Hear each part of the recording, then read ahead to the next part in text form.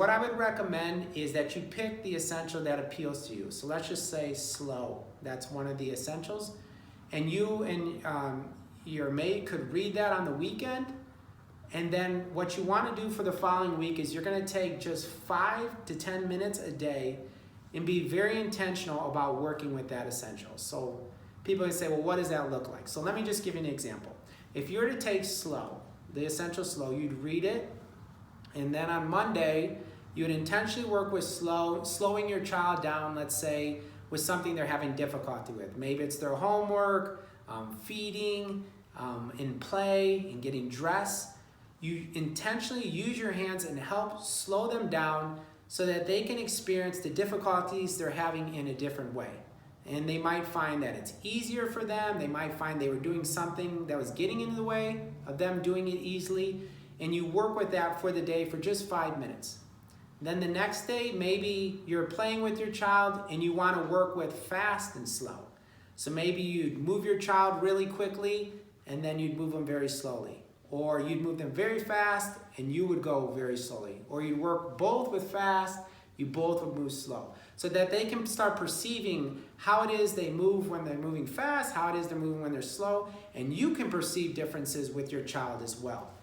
So you would do this, and then the next day, maybe you would have a slow day where you would just take and have everything. Maybe you had a lot planned, maybe you would slow it way down and do maybe half of what you did. And maybe the next day you would work for 5 minutes on maybe speaking very, very slowly to your child when you're talking to them. So that would be another option. So you do slow 5 to 10 minutes a day for the week. And at the end of the week, you'd get out a piece of paper, and for 5 or 10 minutes, you would just write down things that you learned by implementing that essential of slow. How did it help you in seeing your child, in interacting with your child? What things did you learn about your child that maybe you didn't know before? How did the child respond to slowing down? What did the child tell you, or what did they notice? And by the end of the week, it's not just a matter of you reading the chapter and thinking about it from a cognitive way, but actually you would have an experience in your own body with your child so that you can start getting a feel for that essential slow and how you could maybe use that in the future with your child. So I recommend a parent spends a week on one essential, and then the following day, the weekend, they would work with maybe the next essential of variations. They would read it, and then 5 to 10 minutes a day they would spend in the following week.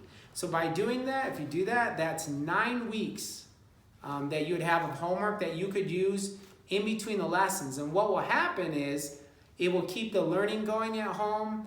You will start getting excited about your child. You start learning about your child. You have questions for the practitioner that when I was doing this essential, I had difficulty. Do you have any recommendations?